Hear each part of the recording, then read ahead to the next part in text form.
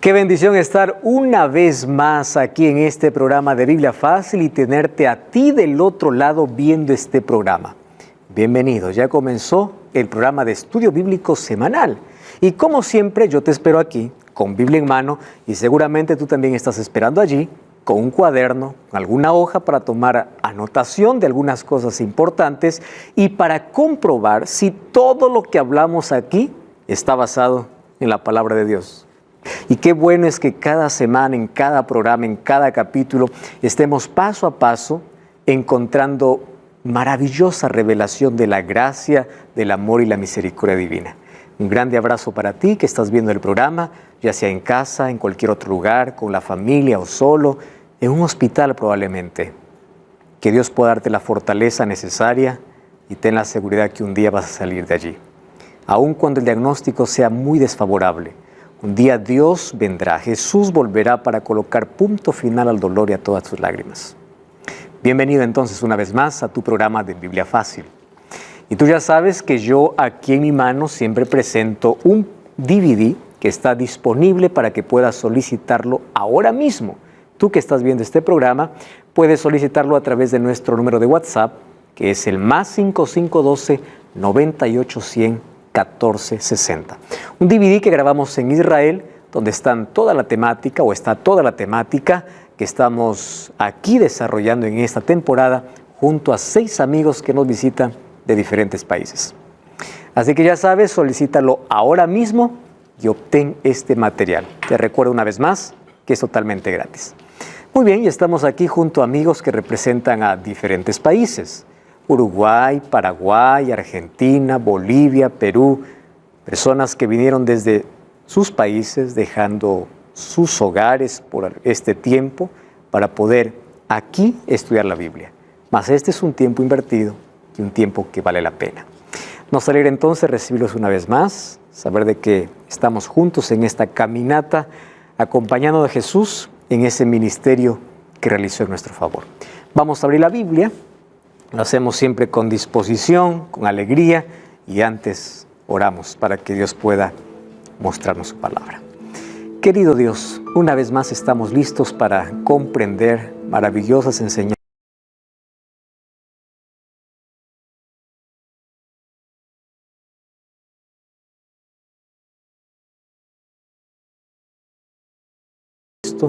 La mente dispuesta para poder aprender tu verdad. Tu palabra puedas colocarla en nuestro corazón y podamos hacer tu voluntad. Tu Santo Espíritu nos guíe en este estudio, abraza a las personas que están viendo este programa, derrama tu bendición sobre ellas. En el nombre de Jesús. Amén. Muy bien, amigos, hoy vamos a hablar acerca de un tema muy importante. Hasta aquí hemos acompañado a Jesús en ese camino que según Asaf, en Salmo 77 decía que el camino de Dios está en el santuario y hemos acompañado a Jesús en ese camino, en su ministerio, desde que nació, desde que entró al atrio del santuario, al lugar santo, al lugar santísimo. Y hoy vamos a ver en qué momento Jesús sale del lugar santísimo. En qué momento deja de ser nuestro intercesor. En qué momento el juicio se termina. ¿En qué momento no hay más gracia, no hay más oportunidad? Se acabó todo. Eso tiene que ser antes de que Jesús vuelva a la tierra, porque como ya estudiamos aquí, antes de que Cristo vuelva, Él realiza un juicio para determinar quiénes van y quiénes no van. Entonces hoy vamos a ver qué evidencias nos muestra la Biblia de que ese juicio va a terminar o que la gracia se va a terminar y qué cosas ocurrirán. ¿Existe alguna fecha? Vamos a ver si existe. Muy bien, vamos a hacer un breve repaso. Ya mencionamos que Salmos es una colección de himnos que eran entonados en el santuario y un salmo que nos ayudó mucho para comprender el ministerio de Cristo es el Salmo 77. Salmo 77:13 dice: tu camino, oh Dios, está en el santuario. ¡Qué Dios tan grande como tú! Entonces el camino que recorrió Cristo estaba todo prefigurado en el santuario, ya sea a través de los muebles, de las fiestas o del ministerio y servicios que se realizaba en el santuario. Los muebles representaban, los muebles del atrio, a la primera venida de Jesús o al sacrificio de Jesús. Jesús, cuando entró al atrio, fue nuestro sacrificio. Cuando entró al lugar santo, fue nuestro sacerdote. Entonces, si el camino de Dios está en el santuario, ya acompañamos un poco de ese ministerio. Juan 1:14 dice que el Verbo se hizo carne y habitó entre nosotros.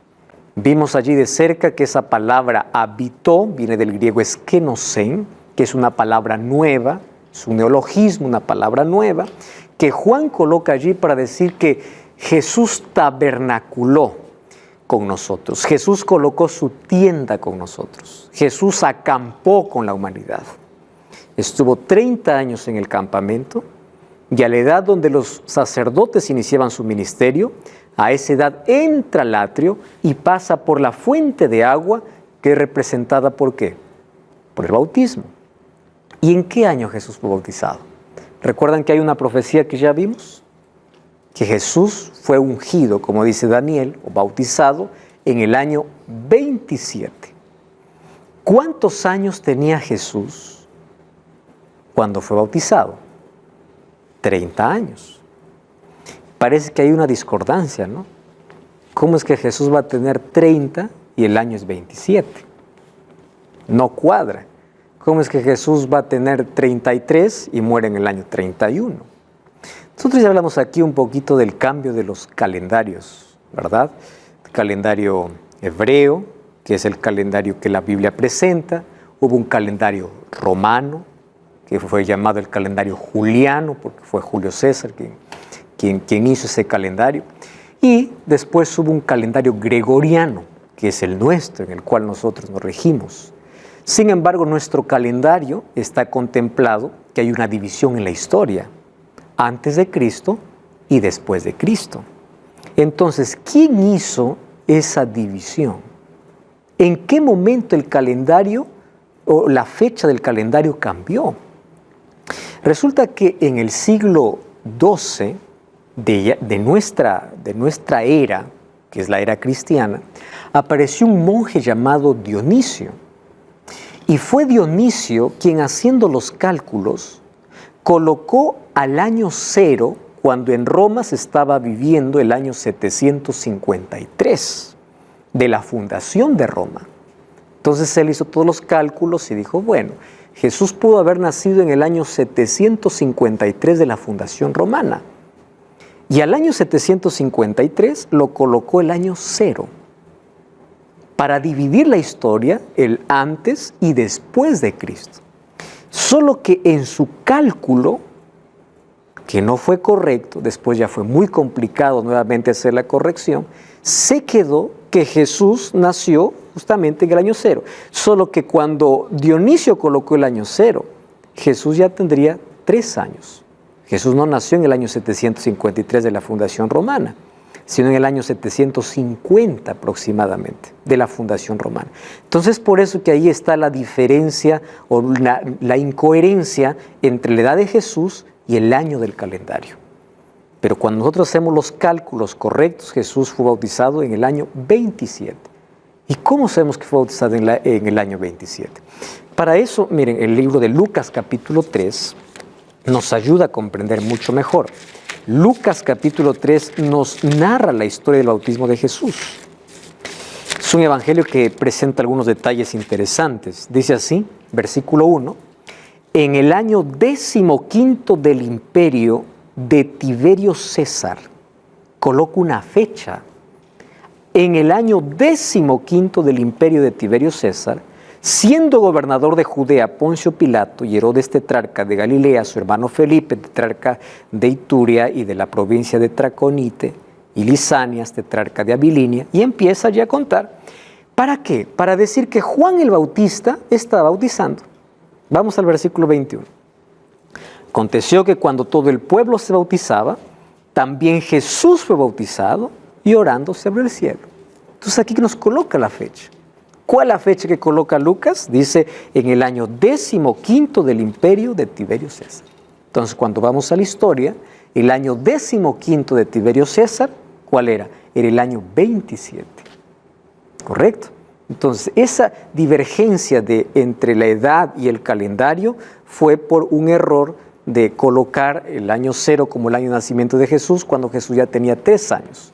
Quien hizo ese cambio fue un monje llamado Dionisio en el siglo XII de nuestra era. ¿Correcto?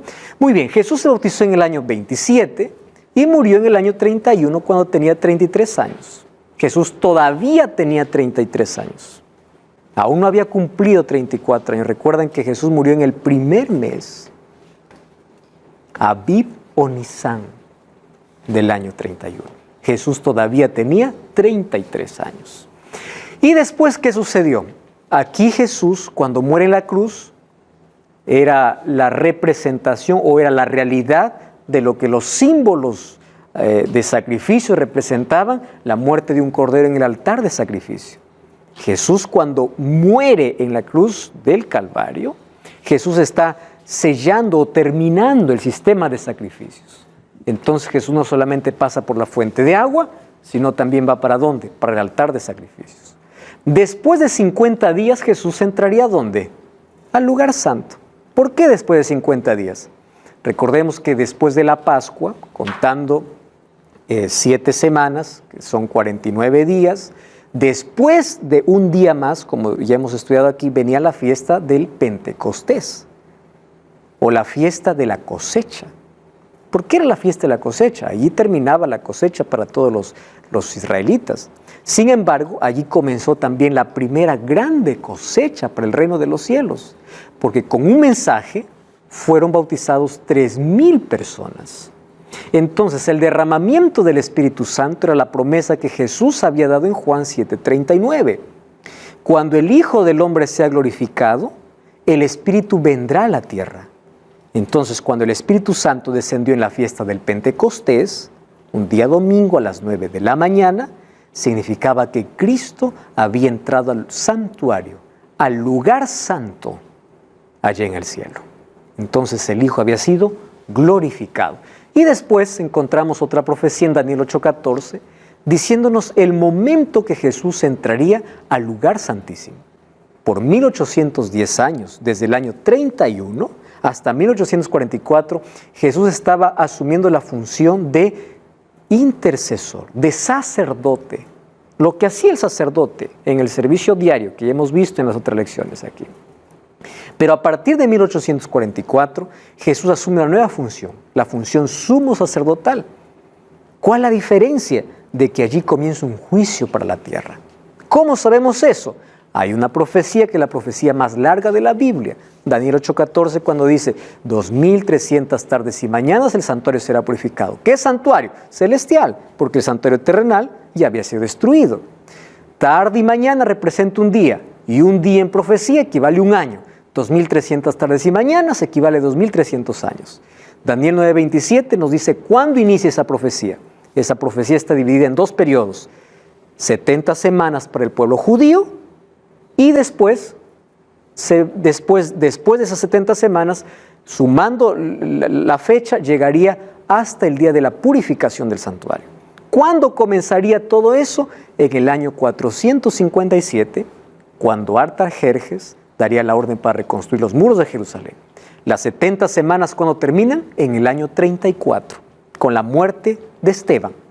Entonces, 2300 menos 490 años, que equivalen 70 semanas, 70 por 7 son 490, día por año son 490 años, llegamos al año 34, solamente restamos 2300 tardes y mañanas, menos 490, ¿cuánto falta?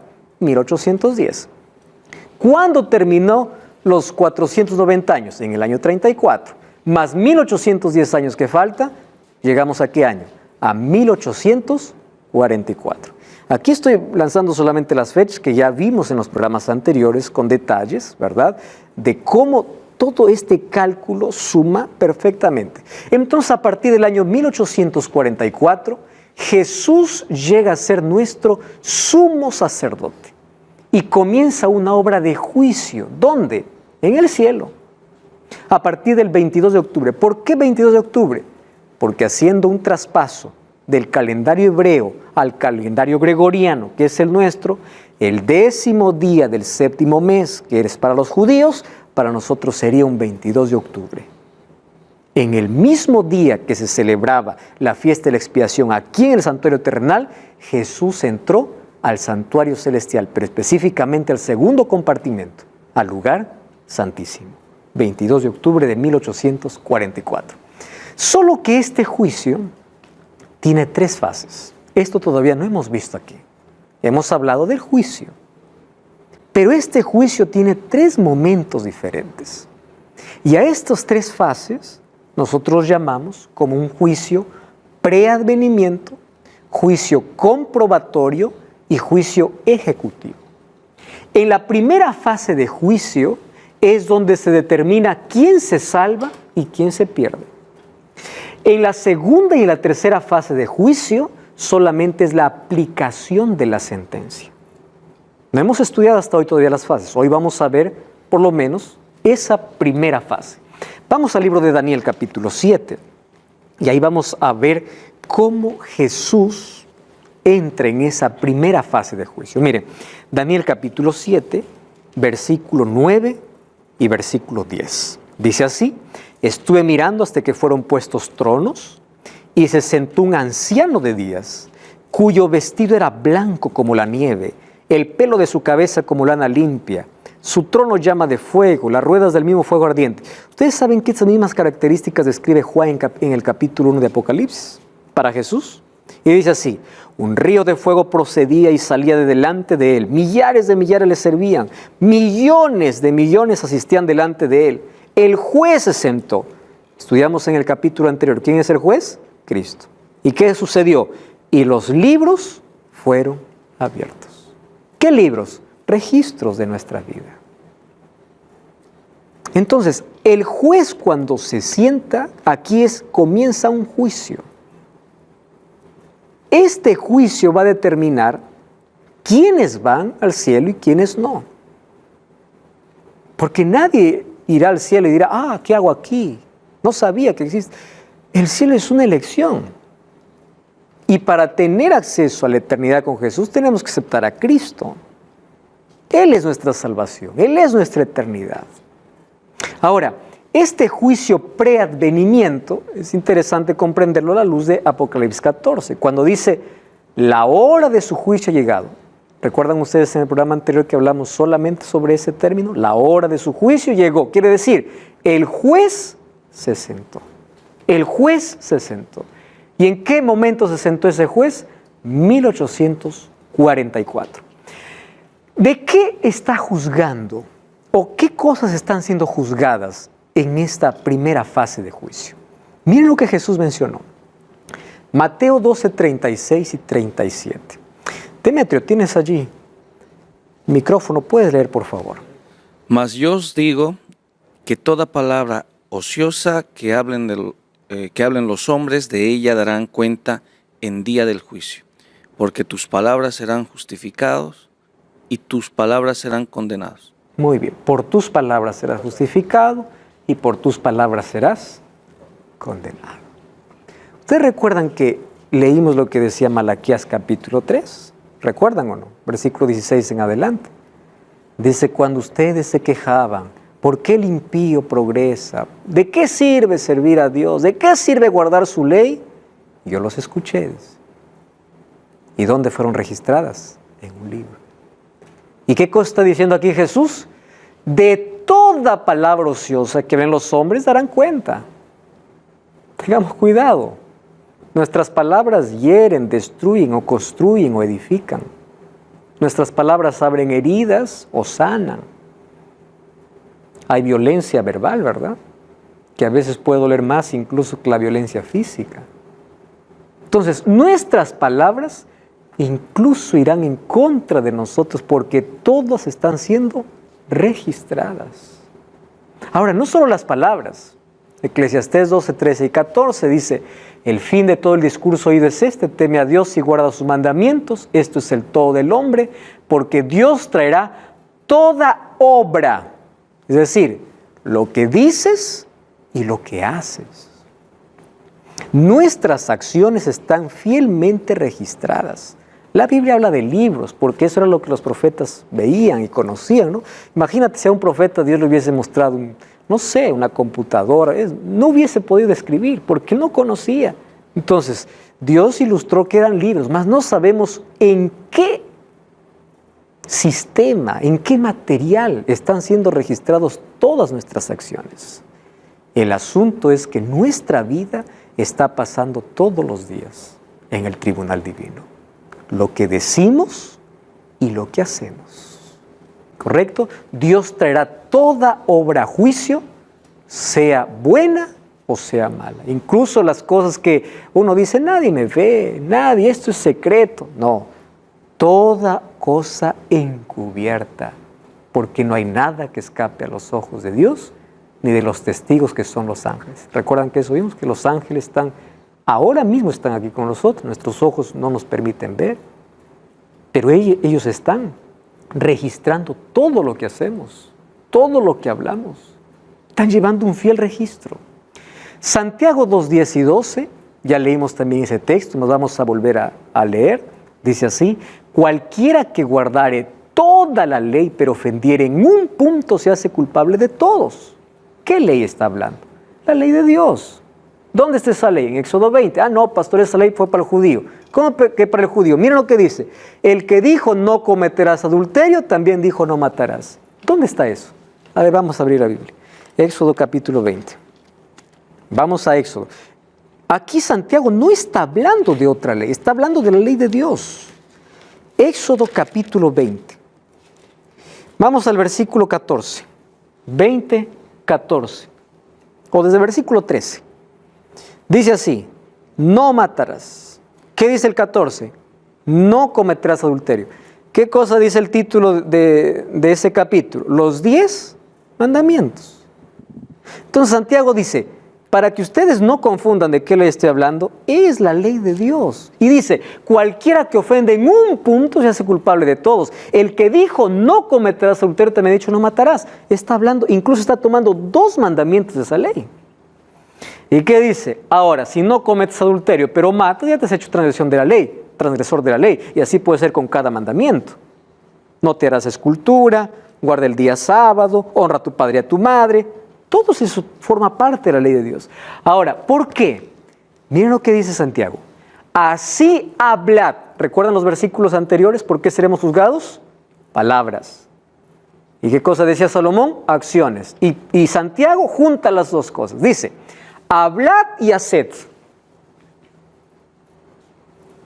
como los que habéis de ser juzgados por la ley de la libertad. Satanás odia la ley de Dios, porque sabe que por ese código seremos juzgados. Cuando alguien me pone una multa de tránsito, tiene que decirme que hay una ley. Por ejemplo, yo paso el semáforo en rojo, hay una multa. ¿Por qué hay una multa? ¿Por qué hay un castigo? Porque yo rompí la ley. ¿Es así o no? Pero si no hay una ley, no hay juicio. Si no hay una ley, no hay pecado. ¿Comprenden la importancia de la ley? Entonces, en este juicio, el código por el cual seremos juzgados será la ley de Dios. Hay religiones cristianas que echan por tierra la ley de Dios. No quieren predicar la ley de Dios, no quieren observar la ley de Dios, no quieren obedecer la ley de Dios, porque ellos piensan que hay un conflicto entre la ley y la gracia. Ya les dije aquí, nadie se salva por guardar la ley. La ley es la evidencia, es el resultado de que la gracia de Cristo coloca mi vida en armonía con su voluntad. Aquel que guarda la ley para salvarse está perdido. Aquel que guarda la ley porque tiene un relacionamiento con Cristo y porque recibió su gracia, entonces está correcto. Es la evidencia y por eso seremos juzgados. Entonces, amigos, en esta primera fase hay un detalle que tenemos que ver. Es que quien entra primero a ser juzgado, ya dijimos, son los muertos, porque cuando uno muere, el destino está definido. Pero en esta primera fase entran los que dicen ser creyentes. Entonces, tú aceptas a Cristo, la Biblia dice, el que cree, se salva. Muy bien, entonces todo el mundo se salva porque cree. No. Vamos a analizar si todo creyente realmente cree. Por eso es necesario un juicio. Porque yo puedo decir creo en Jesús y vivo como quiero. Yo puedo decir adoro a Jesús, pero no hago lo que la palabra de Dios dice. Vamos a analizar si realmente eres creyente. Entonces, miren lo que dice 1 Pedro 4, 17 y 18. Griselda, ¿puede leer el texto, por favor? Porque el tiempo de que el juicio comience por las cosas de Dios, por la casa de Dios. Por la casa de Dios. Y si primero comienza por nosotros, ¿cuál será el fin de aquellos que no obedecen al Evangelio de Dios? Uh-huh. Y si el justo con dificultad se salva, ¿en dónde aparecerá el impío y el pecador? ¿Ustedes comprendieron lo que dice este texto? Es necesario que el juicio comience ¿por dónde? Por los creyentes, la casa de Dios. Y si comienza por nosotros, ¿qué será de aquellos? Dice. ¿Por qué? Porque ellos tendrán su parte en otro juicio.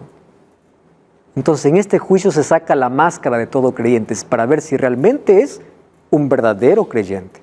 Ahora, si el justo con dificultad se salva, ¿dónde aparecerá el impío? ¿Por qué con dificultad? Porque llega solo por la gracia. Zulma, ¿puedes leer el otro texto, Juan 3:18?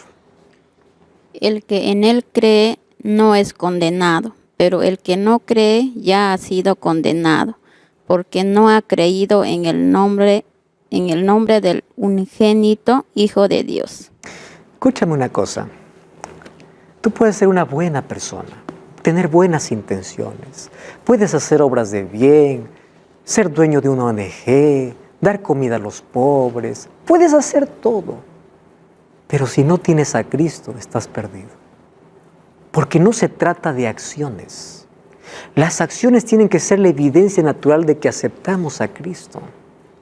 Aquel que no cree, no importa lo que haga, ya está condenado. Entonces tú me estás entendiendo. No se trata de ser moralista, no. Con esto no estoy diciendo que los pésimos y los malos van al cielo. No, aquellos que fueron transformados por la gracia de Jesús. Entonces cuando caminas con Cristo, las buenas obras van a aparecer de manera natural. Porque todos estamos siendo juzgados así. No cambies el canal y estamos de regreso. Este Biblia Fácil.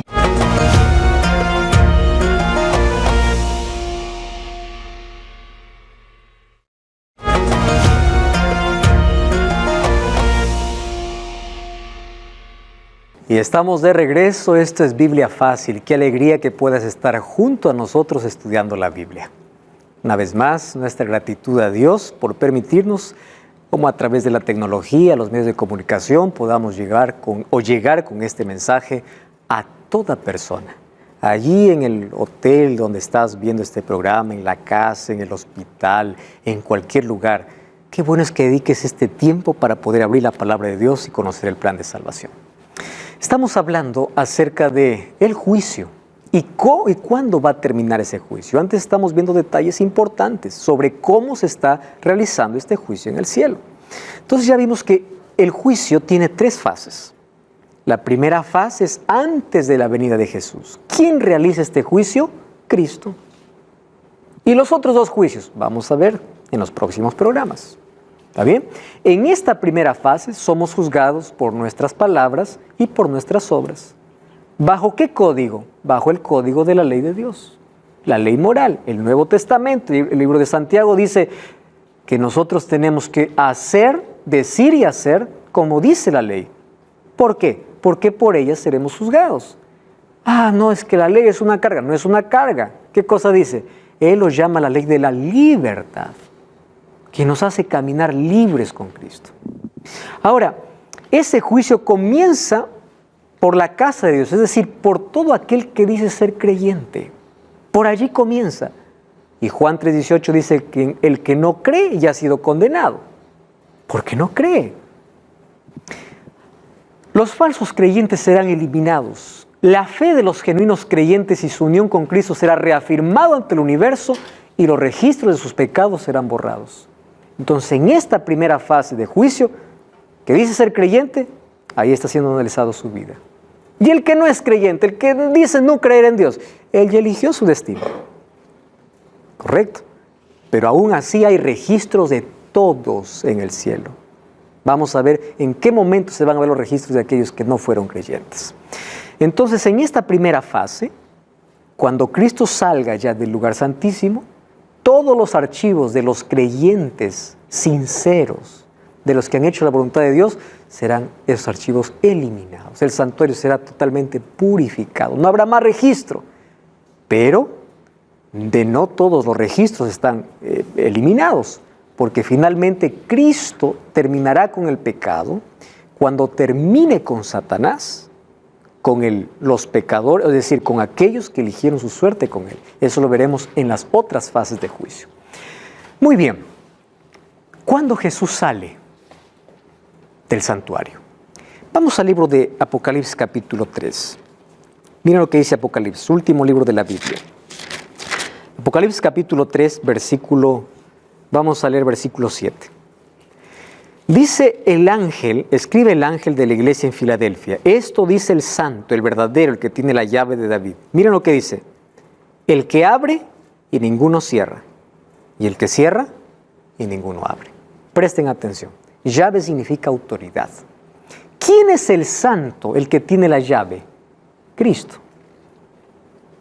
Cuando Él abre, no hay ser humano que pueda cerrar. Jesús dijo: el que viene a mí no lo echo fuera. Por más que alguien te impida, por más que alguien te agarre, por más que haya circunstancias, vienes a mí, no te echo fuera. Pero cuando se cierra, nadie abre. Entonces, ese momento cuando Jesús sale del santuario, nosotros conocemos como el momento del cierre de la puerta de la gracia. No existe en la Biblia en ningún momento un término que diga la puerta de la gracia se cerró. Pero sí existe el concepto del cierre de la gracia. ¿Cómo? Vamos a Mateo capítulo 25. Mateo 25 es una parábola muy conocida. Parábola de las 10 vírgenes. Ustedes han escuchado probablemente alguna vez. Y allí dice: el reino de los cielos será semejante a 10 vírgenes que, tomando sus lámparas, salieron a recibir al esposo. 5 eran prudentes y 5 insensatas. Ojo, todos eran creyentes, porque todos esperan al esposo. ¿El esposo quién es? Cristo. ¿Correcto? Las prudentes tomaron aceite juntamente con sus lámparas, se tardó el esposo, cabecearon todas, se durmieron. A la medianoche se oyó un clamor: aquí viene el esposo, salid a recibirle. Entonces todas aquellas vírgenes que se levantaron y arreglaron sus lámparas. Las insensatas dijeron a las prudentes: danos de vuestro aceite porque nuestras lámparas se apagan. Las prudentes respondieron: para que no nos falte a nosotros ni a vosotras, id a las que venden, comprad y luego venid. Pero mientras ellas iban, vino el esposo, las que estaban preparadas entraron a las bodas. ¿Y qué cosa dice allí? Se cerró la puerta. ¿Qué sucede cuando se cierra la puerta? Vinieron también las otras vírgenes diciendo: Señor, ábrenos. Y él respondiendo dijo: de cierto os digo, no os conozco. ¿Las 10 estaban esperando, sí o no? ¿Cuál es la diferencia? Aceite. ¿Qué representa el aceite en la vida o en la Biblia? El Espíritu Santo. Hay personas que solamente tienen la lámpara, pero no tienen el Espíritu. ¿Cuál es la evidencia del Espíritu en la vida? El fruto del Espíritu. Eso ya hablamos aquí. No es el don del Espíritu, es el fruto. ¿Y cuál es el fruto del Espíritu? Amor, gozo, paz, paciencia, benignidad, bondad, fe, mansedumbre y templanza, como dice Gálatas capítulo 5. Es la evidencia. Entonces, un creyente, miren, sincero, fiel y honesto, hace la voluntad de Dios y tiene el fruto del Espíritu. Ama a Dios, todo es resultado del amor. Guarda la ley por amor. Por eso Jesús dice: si me amáis, guardad mis mandamientos. Resultado del amor. Nada de lo que hagas por Cristo sin amor tiene sentido. El amor es el fruto del Espíritu. Y los que entran, dice, a la fiesta, ¿quiénes son? Aquellos que tuvieron aceite y lámparas, palabra y espíritu. Y la puerta se cerró. Qué triste, ¿verdad? Ahora, miren lo que dice la Biblia sobre esta puerta cerrada. Apocalipsis 22:11 dice: el que es injusto, sea injusto. Un momento en el cielo se escuchará esta orden: el que es inmundo, siga inmundo. El que es justo, practique la justicia. El que es santo, siga santo. Quiere decir que en un momento de la historia llegará que el perdido no podrá salvarse y el salvo no podrá perderse. ¿Qué momento es ese? cuando Jesús deje de ser intercesor, salga del santuario y todo se haya cerrado. Se acabó. ¿Cuándo ocurre eso? Antes de la venida de Jesús. Por allí hay una creencia dispensacionalista, que es una creencia absurda. Dicen, no, los seres humanos tendrán oportunidad porque Cristo va a venir, va a robar a su pueblo, el arrebatamiento secreto. Después aquí van a haber 7 años junto con el anticristo de oportunidad y después nuevamente va a volver Jesús por aquellos que se arrepintieron después. ¿Dónde está eso en la Biblia? La única oportunidad de salvación es antes que Cristo salga del santuario. Porque cuando Cristo sale del santuario, el caso de la humanidad está decidida. No hay segunda oportunidad. La oportunidad es hoy. Por eso es que el llamado de la Biblia es, si oyeres hoy su voz. Cristo dice, yo estoy a la puerta. No estaré, no estuve, estoy. El llamado para la salvación es el presente, mientras hay vida. No es en el pasado ni es en el futuro. Ahí está la urgencia del Evangelio. Mira lo que dice Daniel 12:1. En aquel tiempo se levantará Miguel. Miguel es un título para Cristo, cuando entra en conflicto para defender a sus hijos. El gran príncipe que está de parte de los hijos de tu pueblo. Será tiempo de angustia cual nunca hubo desde que hubo gente hasta entonces. Pero en aquel tiempo será libertado. ¿Quiénes? Tu pueblo. ¿Quiénes son tu pueblo? Los que se hayan escritos, ¿dónde? En el libro. ¿Recuerdan ustedes cuando los discípulos vinieron allí felices? Señor, en tu nombre sacamos fuera demonios, en tu nombre hicimos. Jesús le dice en Lucas 10:20, alégrense si vuestros nombres están escritos en el libro de la vida. Eso es la mayor satisfacción. ¿Quiénes serán libertados? Los que están escritos en el libro. Ahora, miren lo que dice el texto. Se levantará Miguel. ¿Recuerdan ustedes en el capítulo 7, Jesús se sienta?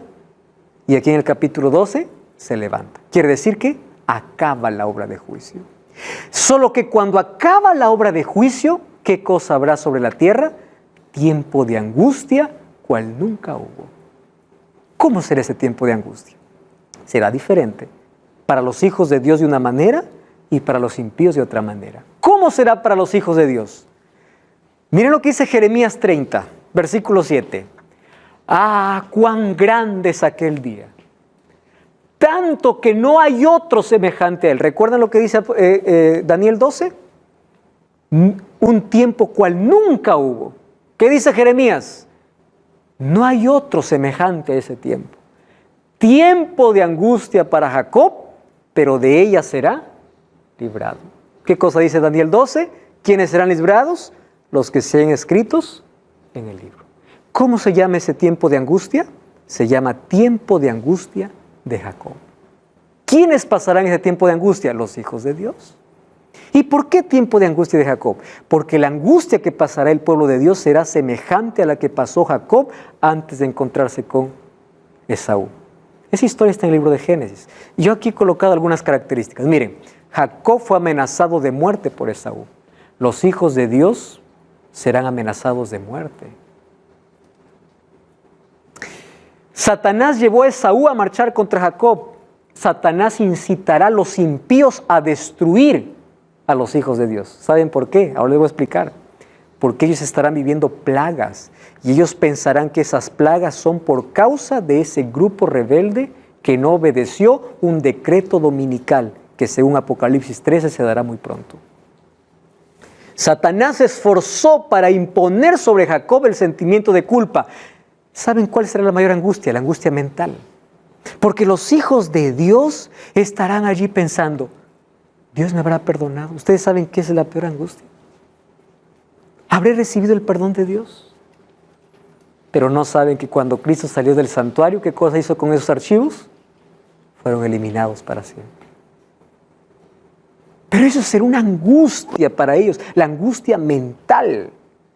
Ahora miren, Jacob se había arrepentido previamente. Claro, los hijos de Dios se habían arrepentido mientras Cristo esté, ¿dónde? En el santuario. Jacob venció no por la fuerza física, sino por la entrega. Los hijos de Dios, ¿cómo vencerán? Por su entrega a Dios, no por su fuerza. Cristian. Pastor, mi pregunta es, ¿qué yo debo hacer para figurar en el libro de la vida? Muy bien. Creo que eso es mi angustia. Muy bien. Si realmente figura, Y qué lindo es que podamos tener esa angustia, aunque no nos gusta la palabra angustia, pero es nuestra preocupación. Para que mi nombre pueda estar en el libro de la vida, es simple, más complejo para muchos. Yo tengo que renunciar a todo y entregarme completamente a Cristo.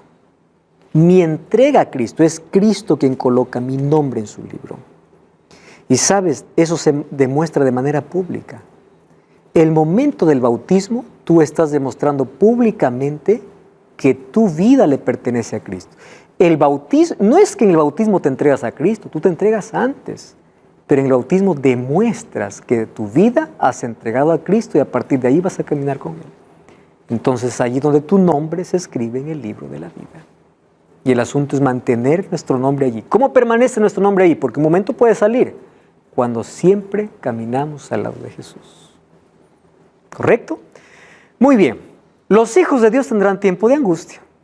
¿Y los impíos? Miren lo que dice Apocalipsis 15:8. El templo se llenó de humo. ¿Recuerdan qué es el templo? En la Biblia el santuario. Subimos en la primera lección aquí. Templo, santuario, tabernáculo son sinónimos. El santuario se llenó de humo por la gloria de Dios y por su poder. Nadie podía entrar en el templo hasta que se hubiesen cumplido las 7 plagas de los 7 ángeles. Es decir, las 7 plagas no tocarán a los hijos de Dios. ¿A quiénes tocarán? Aquellos que no hicieron de Jesús su abogado en el juicio. Aquellos que están perdidos. Si ustedes revisan Apocalipsis 16, es triste. El sol dice quemará mucho más, 7 veces más, arderá, el agua se convertirá en sangre, habrá una enfermedad que nadie podrá tratar. Hoy mismo tenemos ya epidemias y pandemias que asustan a la gente. Imagínense cuando sea una plaga venida desde el cielo.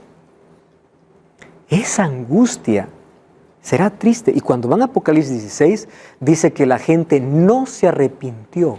¿Por qué creen que no se arrepintió? Porque el Espíritu Santo ya no más trabaja en el corazón de las personas. ¿Qué cosa nos lleva al arrepentimiento? El Espíritu Santo. Sin el Espíritu Santo no hay arrepentimiento.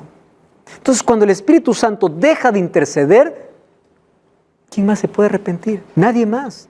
Por eso, mientras hoy el Evangelio es predicado, significa que el Espíritu Santo sigue actuando, sigue llamándote, pero un día el Evangelio nunca más será predicado. El Espíritu Santo nunca más llamará al corazón. ¿Por qué? Porque Cristo habrá dejado de ser nuestro abogado y saldrá para dar la recompensa a cada uno. Amigos, ¿cuándo se termina el tiempo de gracia? No lo sabemos. No lo sabemos. ¿Cuándo Jesús sale del santuario? No lo sabemos. Pero yo les quiero decir con seguridad que hay 3 momentos en los cuales la gracia se termina. ¿Saben cuál es el primer momento? La muerte. Se termina la gracia. No hay gracia para un muerto. La gracia es para el vivo. Ustedes saben que cada 12 segundos una persona muere. ¿Saben qué cosa es lo trágico de la muerte?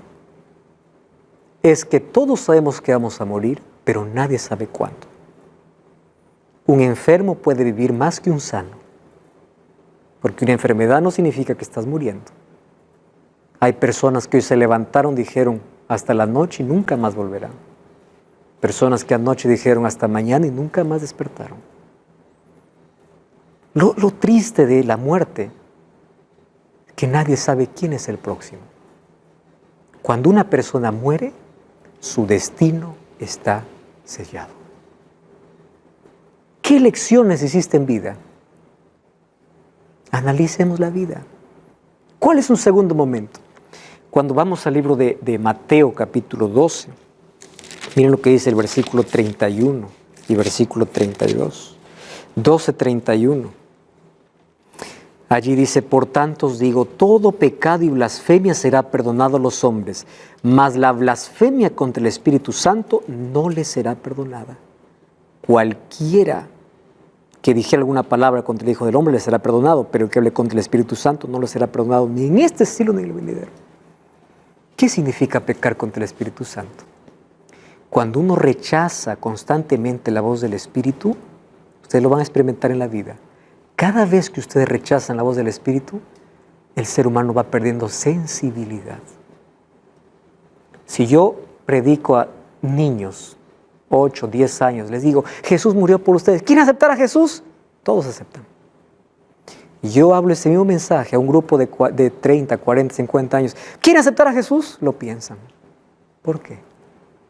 En la medida que el ser humano fue creciendo, fue rechazando la voz del Espíritu, ese corazón se va endureciendo. ¿Qué significa el corazón se va endureciendo? La mente se va cerrando. Hasta que llega un momento en que el Espíritu ya no puede hacer nada. Tú ya no escuchas más. Entonces, como no escuchas más la voz de Dios, no tienes necesidad de arrepentimiento. Y si no tienes necesidad de arrepentimiento, no hay más perdón. Es pecado contra el Espíritu Santo. Qué peligroso es oír la voz de Dios y no responder. Qué peligroso. Amigos, el final de la historia será gloriosa o dolorosa. Eso depende de cada uno. Muchos en ese día dirán, caed peña sobre nosotros y escondenos de aquel que viene. ¿Por qué dice escondenos de aquel que viene? Porque saben que aquel que viene siempre los llamó, pero ellos siempre lo rechazaron. Pero para otros el final será glorioso. La venida de Jesús es el momento más glorioso de la historia. Todos soñamos con ese gran día. Eso va a suceder, queramos o no, estemos preparados o no. Eso va a acontecer. Entonces, aquí viene la invitación. Jesús hoy te está llamando porque hoy estás vivo. Hoy despertaste. Hoy estás viendo este mensaje. Hoy estás teniendo el privilegio y la oportunidad de escuchar suavemente la voz de Dios. Solo déjame decirte algo. ¿Hace cuánto tiempo estás postergando la decisión de entregar tu vida a Jesús? ¿Por qué todavía no lo has hecho? ¿Hace cuánto tiempo ya debiste ser bautizado? Pero te da miedo dar ese paso de fe. Tú sabes que tienes que aceptar a Cristo, tú sabes que tienes que pasar por la experiencia del bautismo, tú sabes que necesita que tu nombre esté en el libro de la vida. ¿Y por qué estás postergando? Ah, no, pastor, todavía mañana. Mañana. Tú tienes seguridad que mañana, el mañana está seguro para ti. Cuando yo voy por el cementerio veo muchas cruces. Al pie de cada cruz no solamente está el polvo de alguien que una vez fue una persona. Hay muchas decisiones postergadas de gente que dijeron mañana, próximo año, próximo mes. Por eso Hebreos 3:15 dice, si oyeres hoy su voz, y hoy tú estás escuchando la voz de Dios, hoy. Si oyeres hoy su voz, no endurezcáis vuestros corazones. En el nombre de Dios te voy a invitar a dar un paso de fe. Tú que todavía no eres bautizado, estás estudiando la Biblia, tome esa decisión. Yo voy a venir a desafiarte en el nombre de Dios para que tu nombre se escriba en el libro de la vida. Y si estás preparado para tomar esa decisión, ¡qué bendición! La fidelidad es el resultado del amor. ¿Tú quieres ser fiel a la palabra de Dios, a las cosas que ya conoces? Entonces decide. Jesús dice, hoy he puesto delante de ti dos caminos. Yo no te voy a obligar, tú vas a decidir. Y Satanás viene allí colocando trampas, diciendo, no te preocupes, todavía disfruta la vida, todavía vive como quieras, y te conduce por el camino de muerte. Y el Espíritu Santo te sigue llamando, ven, este es el camino de vida. Y tú sigues postergando. Tú dices después, hasta que un día llega la muerte y se acabó todo. Se acabó. O Jesús sale del lugar santísimo, como nadie sabe, la gracia se terminó. Entonces, ¿por qué postergar una decisión tan importante? ¿Te has preparado? En el nombre del Señor. Tú estás entendiendo la gracia de Cristo. Tú ya sabes lo que Dios pide de ti. Y si tú quieres entregarte a Jesús de corazón, quieres ser fiel a la palabra de Dios, quieres dar un paso de fe, yo no te estoy viendo, pero hay ángeles registrando tu decisión. Ponte de pie, que yo quiero orar por ti.